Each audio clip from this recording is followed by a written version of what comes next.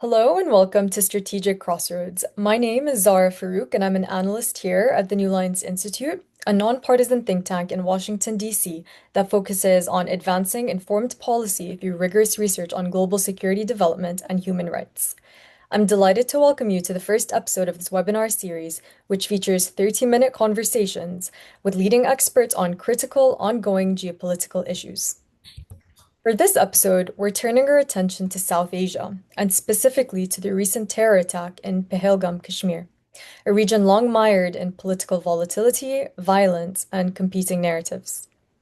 To help us unpack these complex developments, I'm joined by someone who brings both journalistic experience and academic insight to the table. Joining me is Gopi Bhamidipati. Gopi holds a PhD from the Planning, Governance, and Globalization program at Virginia Tech School of Public and International Affairs in Arlington, Virginia, where his research focused on India's foreign policy towards Israel, Iran, and the Gulf Cooperation Council countries. Prior to pursuing his doctorate, he worked as a journalist in the UAE and India, covering regional geopolitics and international affairs. Gopi, thank you so much for joining us today. Thank you, Zara. So let's begin by setting the scene for our listeners. For those who are less familiar with the region, can you explain where Pahalgam is and the significance of this area within the broader Kashmir conflict? Thank you, Zara. Absolutely. Let me begin by grounding this conversation in geography, history, and geopolitics, because with Kashmir, those threads are inseparable. Pahalgam is a town in the Anantnag district of Jammu and Kashmir. At face value, it appears like a postcard, perfect hill station, lush valleys, pine forests, snow-capped peaks. But beneath that tranquil facade lies a region caught in one of the world's most protracted and emotionally charged territorial disputes. Pahalgam lies roughly 90 kilometers southeast of Srinagar and about 70 kilometers from Shopian, an area that's long served as a staging ground and infiltration corridor for militants crossing over from Pakistan-administered Kashmir. What makes this corridor particularly sensitive is its topography. The Pir Panjal range, which separates the Kashmir Valley from the Jammu region, provides natural cover, making detection difficult even with modern surveillance systems. Militants have used such routes for decades to smuggle arms, evade detection, and recruit locals. So even a town as tourism-heavy as Pahalgam isn't immune from spillover effects of militancy. Since the revocation of Article 370 in August 2019, which effectively nullified Jammu and Kashmir's semi-autonomous status under the Indian Constitution, New Delhi has treated infrastructure development in the region as a strategic and symbolic priority. Roads have been widened, power connectivity enhanced, and perhaps most notably, the completion of the Banihal-Kazigan tunnel has dramatically reduced travel time between Jammu and Kashmir and Srinagar. Pahalgam has seen some of the spillover benefits of this investment. Mobile connectivity is stronger, tourism has surged, and the government has poured money into upgrading facilities, particularly ahead of the annual Amarnath Yatra pilgrimage. And the numbers came as striking. More than 2 million tourists visited Kashmir in the past year, a record, and Pahalgam saw a 60% increase in footfall. This isn't just about leisure. The tourism ecosystem here supports roughly 50,000 seasonal jobs, from hotel workers and pony operators to roadside vendors and local guides.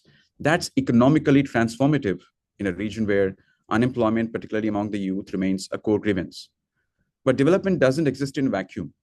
Across the border in Pakistan-administered Kashmir and Islamabad more broadly, these infrastructural efforts are often viewed not as benign investments, but as strategic tools of demographic engineering and political control. Pakistani state media, military leaders, and a segment of the intelligentsia routinely frame India's actions post-2019 as part of a broader design to dilute the Muslim majority character of the region. There are accusations, some grounded in genuine fears, others in political utility, that India is seeking to change land ownership patterns, disenfranchise local populations, and reframe the conflict from a political question to a developmental one. And this interpretive divide reflects the deeper structural crisis each country is navigating. On one side, India is leveraging its growing global economic stature, $3.7 trillion GDP, tech-driven growth, international investment to present Kashmir as a region of opportunity. On the other side, Pakistan is mired in overlapping crises. Inflation as of early 2025 hovers around 38%. The Pakistani rupee has depreciated dramatically. Foreign reserves are dwindling, and Pakistan's debt servicing obligations now consume more than 50% of its federal budget. Fuel shortages, wheat scarcities, and prolonged blackouts lasting 12 to 18 hours a day, especially in the Pakistan-administered Kashmir, have paralyzed large swathes of the economy. Private investment is almost non-existent, and even Chinese-funded projects under the China-Pakistan Economic Corridor (CPEC) have slowed significantly due to strict security concerns and financial bottlenecks. This economic turbulence deeply informs Pakistan's Kashmir policy. When Army Chief General Asim Munir speaks about India and Kashmir, as he recently did, denouncing what he calls India's illegal occupation, he's not just commenting on regional issues. He's often playing to a domestic audience that's angry, disillusioned, and increasingly distrustful of both civilian and military leadership. These rhetorical escalations serve multiple purposes: reaffirm the country's centrality in Pakistani politics, deflect attention from internal failures, and keep the Kashmir issue alive as a unifying nationalist cause. But here's where it gets more complex. When attacks like the one in Pahalgam happen, the blame game begins almost immediately. Indian authorities often point fingers at Pakistan-based groups, Jaish-e-Mohammed, Lashkar-e-Taiba, the Resistant Front, TRF, arguing that these are just rebranded proxies to the same ecosystem nurtured by the Pakistani deep state. But across the border, the narrative is radically different. Pakistani officials, journalists, and retired military generals frequently argue that such attacks are false flag operations staged by India to justify increased militarization or to serve domestic political agendas, especially during election cycles or when India is in the global spotlight. This points to a larger trend. The Kashmir conflict today is not just fought through bullets and borders, but through symbols, narratives, and perception management. When a tourism hub like Pahalgam is attacked, it doesn't just shake local security, it undercuts India's broader narrative of normalcy and development. But when Pakistan questions the legitimacy of the attack or frames it as an Indian provocation, it does so to retain its moral and political claim over Kashmir in the eyes of both its own citizens and the broader Muslim world. So in a sense, Pahalgam isn't just a tourist town, it's a geopolitical mirror reflecting the ambitions, insecurities, and competing visions of two nuclear-armed countries. What happens there resonates far beyond its mountain valleys. It shapes diplomacy in New York and Geneva, influences budget allocations in New Delhi and Islamabad as it's currently taking place, and defines how Kashmir is seen, not just as a place, but as a story in capitals across the world. Thank you, Gopi. I know you mentioned the simmering tensions between India and Pakistan and the blame game. Can you walk us through what exactly happened during the attack in Pahalgam? And do we know so far about who might be behind the attack? What stands out to you in terms of timing, target, or tactics used in this attack? The attack was a masterclass in asymmetric warfare. It wasn't just an act of violence, it was a symbolic rupture designed to maximize psychological, political, and strategic impact. And unlike some past attacks, this wasn't random or reactive. It was theater carefully choreographed. To begin with, let's talk about the tactics. Reports suggest that attackers were dressed in uniforms resembling those of local police or paramilitary forces. That matters deeply in a place like Kashmir. Uniforms aren't just fabric, they are symbols of institutional presence or the state's promise to protect. But subverting that symbol, by turning it into a disguise, the attackers breached more than a checkpoint. They fractured the fragile trust that residents and tourists place in the country's in the state's security apparatus. In a conflict-ridden region where identity and allegiance are constantly in flux, this kind of psychological rupture carries enormous weight. It unsettles civilians, deters outsiders, and sends a chilling message: nothing is as it seems, not even the people in uniform. The weapons used in the attack also speaks volumes. According to preliminary forensic assessments, the assailants wielded M4 carbines, sophisticated firearms that aren't commonly found in the valley and are believed to have originated from the US military stockpiles left behind in Afghanistan after the American withdrawal in 2021. Alongside these, fragments of grenades manufactured in Pakistan were recovered at the scene. This fusion of equipment, a Western firearm, a Pakistani explosive, encapsulates the transnational dimension of the insurgency. It's not merely local, it's not even purely bilateral. It's embedded within a larger post 9/11 global security matrix where leftover tools from one war zone find new life in another. The battlefield, in that sense, is no longer bounded by geography, but flows through failed states, black markets, and proxy networks. What also stood out was the narrative manipulation surrounding the attack. Initially, an outfit believed to be the Resistance Front, TRF, often described as a rebranded avatar of Lashkar-e-Taiba, claimed responsibility. But within hours, that claim was mysteriously retracted. This ambiguity wasn't accidental, it was strategic. By sowing confusion, these groups exploit the very mechanisms of modern crisis response, media cycles, diplomatic timing, and public opinion. Attribution becomes murky. Policy responses get delayed. The attacker's message lingers longer than the state's rebuttal. And this obfuscation is characteristic of what's often called gray zone conflict, the murky space between overt war and peace, where state and non-state actors wage proxy battles, manipulate perception, blur the lines between insurgency and information warfare. It's a delicate tactic, a war not just of bullets, but of narratives. Now, zooming out slightly, we also see that Pakistan's response to the attack, or rather its framing of it, has been predictably skeptical.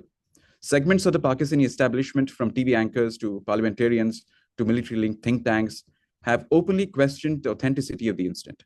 The dominant claim that this could have been a false flag operation orchestrated by Indian security agencies to discredit Pakistan internationally, justify a heavy-handed security crackdown on Kashmir, or rally nationalist sentiment ahead of key political events. These claims are not new, and they resonate within a broader Pakistani public discourse shaped by decades of distrust and grievance.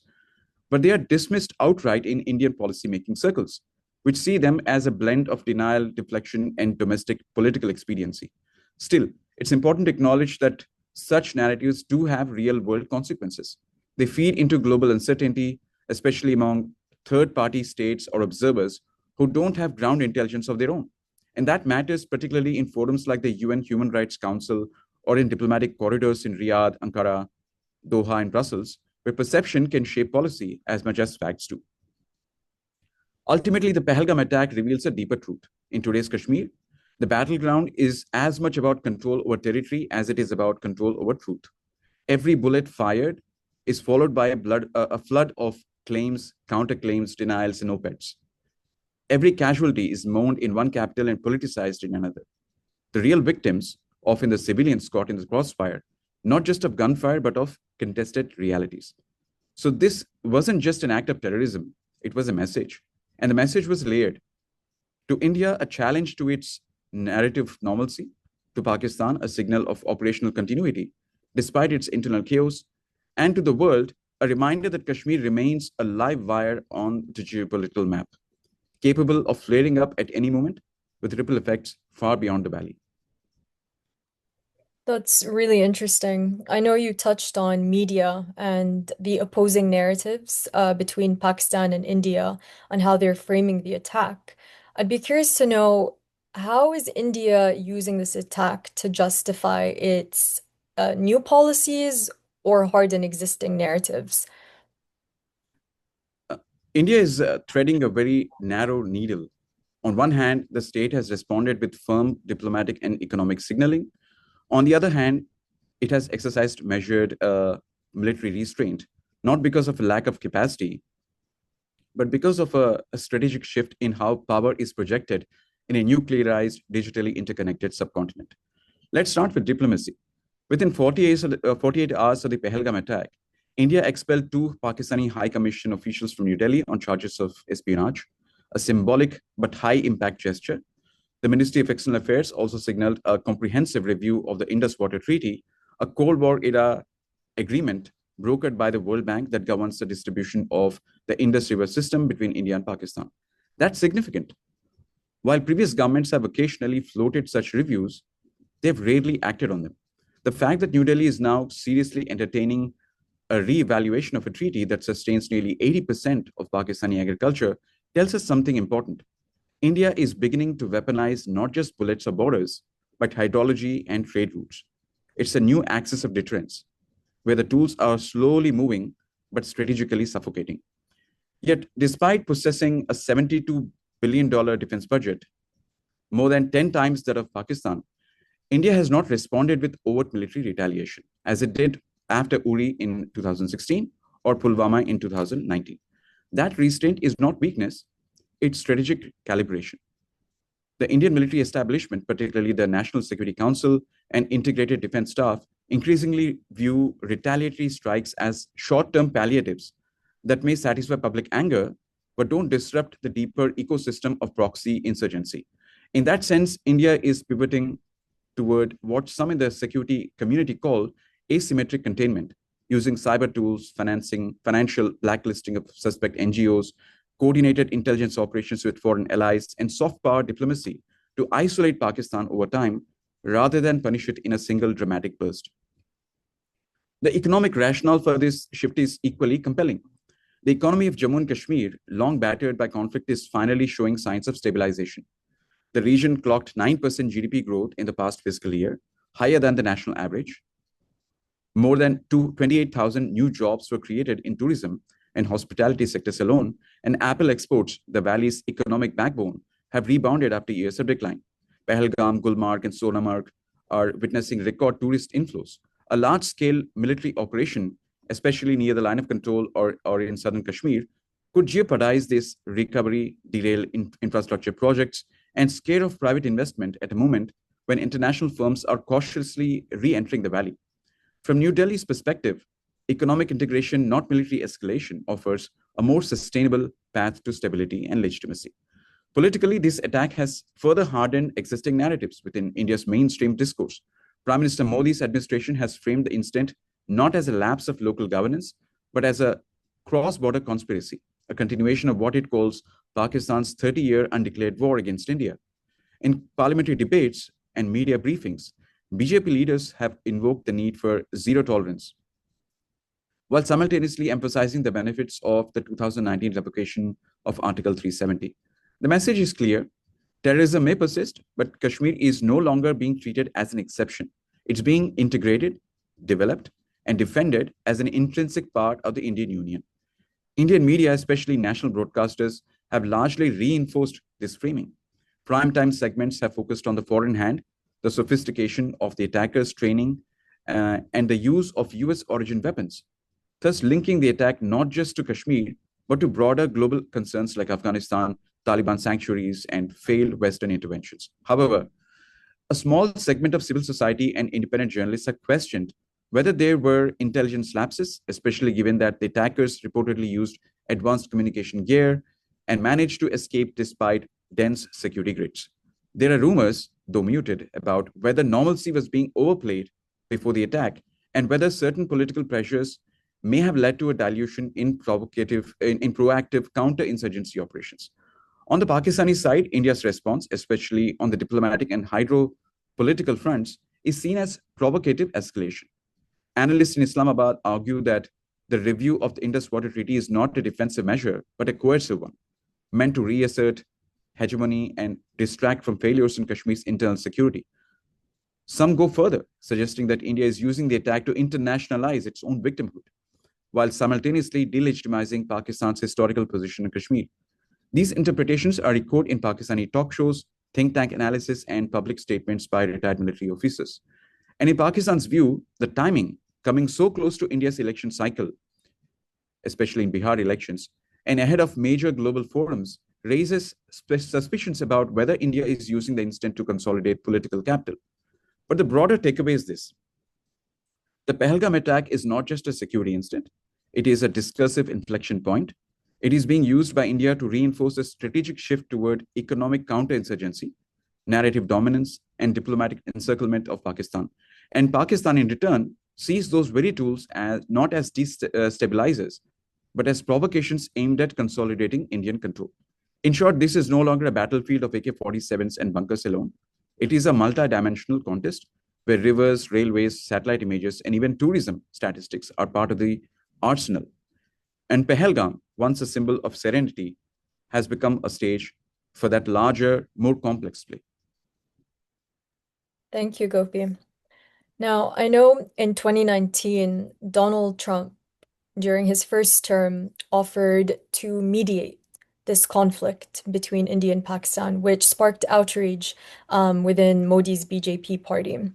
Conversely, Pakistan has plead for help since India's militarization of Kashmir. And I'm curious to know, how are global powers reacting, if at all? Does India expect backing from key partners like the United States or countries like the Gulf states, Iran, Israel, in the event of a retaliatory move from Pakistan? Because geopolitics is not driven by fairness, it's driven by interests. In the aftermath of the Pahalgam attack, most global powers are reacting with calibrated silence rather than over declarations. That silence, however, speaks volumes. Right now, the United States sees India as an indispensable strategic counterweight to China in the Indo-Pacific. The entire architecture of its regional strategy, from the Quadrilateral Security Dialogue, Quad, to the Indo-Pacific Economic Framework, IPEF, relies on Indian participation. As a result, Washington is unlikely to publicly criticize or obstruct Indian military or counterterrorism actions in Kashmir unless they pose a real risk to broader regional stability, particularly with Pakistan. Privately, the US is likely monitoring India's response with a blend of concern and acceptance. American intelligence agencies are believed to have high resolution visibility over South Asia through satellite assets and cyber tools. They're not blind to escalation risks, but neither are they unaware of the domestic pressures Indian leadership faces after such an attack. It's worth noting that in the aftermath of past attacks like Pulwama in 2019, the US not only refrained from condemning Indian airstrikes, but emphasized Pakistan's responsibility to crack down on terror infrastructure. We are likely to see a similar pattern this time, where restraint is advised quietly, but public posturing is left to New Delhi. Israel, meanwhile, is quietly becoming India's most valuable behind the scenes partner in counterterrorism. The two nations have developed deep operational synergies, ranging from drone warfare and border management to cyber intelligence. Post attack, Israeli security firms are likely offering back end support, whether through software analytics or ISR, intelligence, surveillance, reconnaissance capabilities. While Israel avoids a direct involvement in Kashmir related diplomacy, its strategic calculus aligns closely with India's. A firm stance a position against non state militancy, irrespective of ideological justification. In 2023, Israel even upgraded its security cooperation protocols with India, particularly around border fencing technologies and AI driven threat modeling. In the event of an Indian retaliation, Israel would not interfere diplomatically, but would likely accelerate security cooperation discreetly. Iran's position, on the other hand, is more ambivalent. On the other hand, it maintains historical and economic ties with India, especially through the Chabahar port project, which New Delhi has invested heavily in an alternative access route to Afghanistan and Central Asia.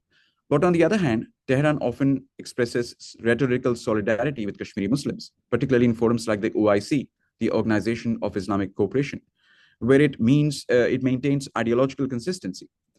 Iranian media has occasionally echoed Pakistani narratives, especially during times of heightened conflict in Kashmir. However, Iran is unlikely to escalate beyond symbolic gestures, especially given its precarious economic situation under sanctions and its need to maintain trade relations with India, particularly in energy and infrastructure. As long as India refrains from a heavy-handed response that provokes mass casualties or human rights controversies, Iran is expected to maintain a low-profile diplomatic posture. The Gulf states, interestingly, have undergone the most profound transformation in their regional alignments.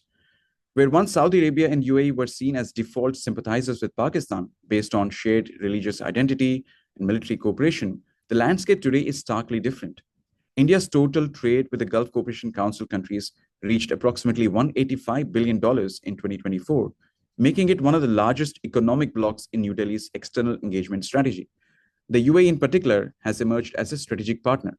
It was the first Gulf nation to sign a comprehensive economic partnership agreement, CEPA, with India in 2022, marking a departure from transactional trade toward institutional economic alignment. Bilateral trade between India and UAE crossed $85 billion in the past year alone.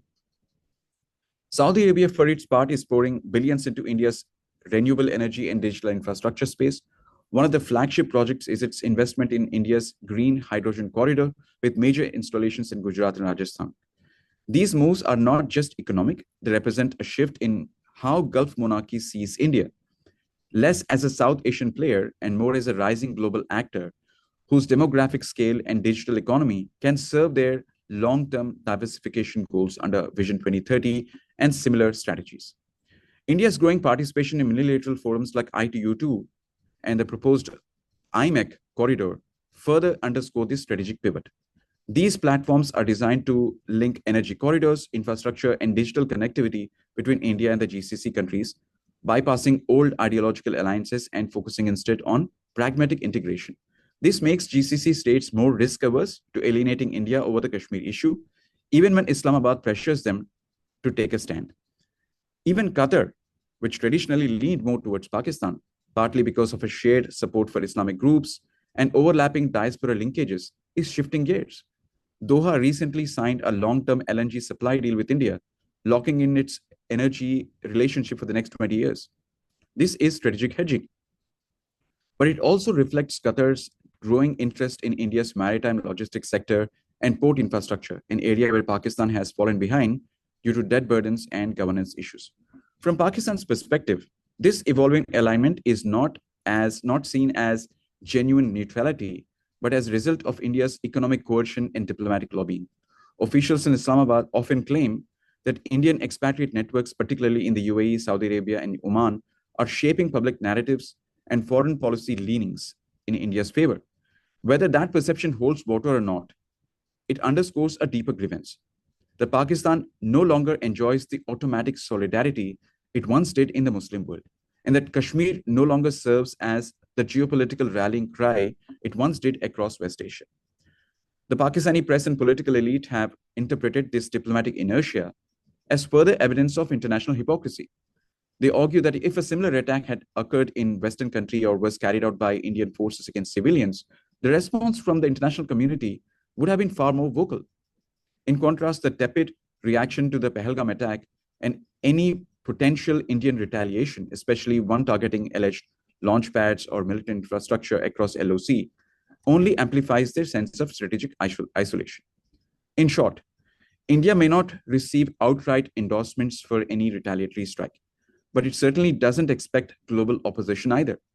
The geopolitical environment has evolved to a point where most major powers, including the US, the GCC, Israel, and even France, view India's internal and cross-border security dynamics as part of its sovereign ambit. So long as retaliation is contained, avoids civilian fallout, and is framed as counter-terrorism rather than territorial ambition, India is unlikely to face diplomatic setback. So, looking ahead, what are some of the short and long-term implications of this attack for India's Kashmir policy and for regional peace efforts? In the short term, the immediate response will likely follow a familiar pattern: heightened military vigilance, stricter controls on civilian movement, increased surveillance of communication networks, and expanded deployment of paramilitary forces in sensitive districts. Expect security lockdowns across the Jammu-Srinagar highway, aerial surveillance in tourist corridors like Pahalgam and Gulmarg, and intensified cordon and search operations in South Kashmir. These measures serve two purposes: reassuring the public of state control and preempting further infiltration or copycat attacks. However, such actions also come with political costs. A hyper-securitized environment, especially during peak tourist or pilgrimage seasons, risks creating friction with the local population. Memories of past curfews, internet shutdowns, and checkpoint harassment are still fresh for many Kashmiris. In the short term, India will also likely freeze whatever back-channel engagement may have been underway with Pakistan. Intelligence sharing, ceasefire maintenance along the line of control, or informal dialogue or via third-party facilitators, all of that pauses after a high-profile terror incident. This is not just punitive, but strategic. It sends a signal that India sees cross-border terror as incompatible with diplomatic normalization. The long-term implications, however, are more complex and potentially more consequential. The real challenge for New Delhi is whether it can stay the course on its post-2019 policy shift, the integration of Jammu and Kashmir into the Indian Union, not just politically, but economically and socially. Since the revocation of Article 370, India's approach has been to redefine the region from a security liability to a developmental frontier. Billions have poured into infrastructure, roads, railways, healthcare, and education. Major private investments, especially in tourism, horticulture, and IT parks, have begun to take root. For the first time in years, Kashmir is featuring in the national narrative, not just as a conflict zone, but as an emerging market. But this vision hinges on restraint.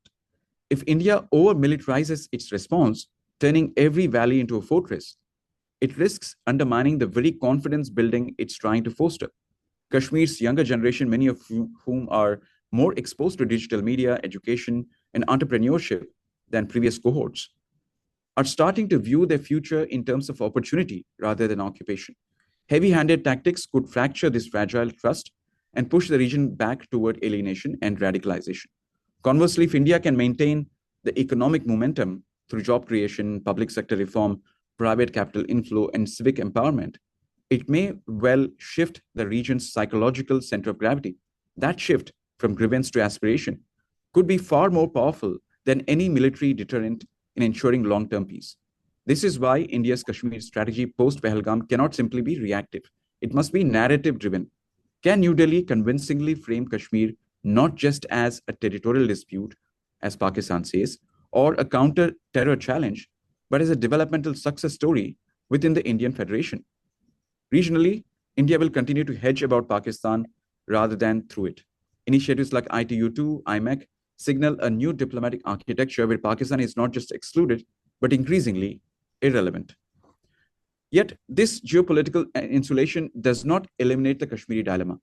It only shifts its center. From Pakistan's perspective, all this talk of development and integration amounts to window dressing.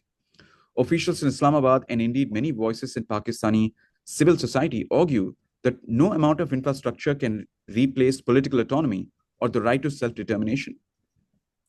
They view New Delhi's development drive as a smokescreen that hides the absence of dialogue, democratic accountability, and local agency. This leads to a profound interpretive divide, where India sees progress, Pakistan sees provocation.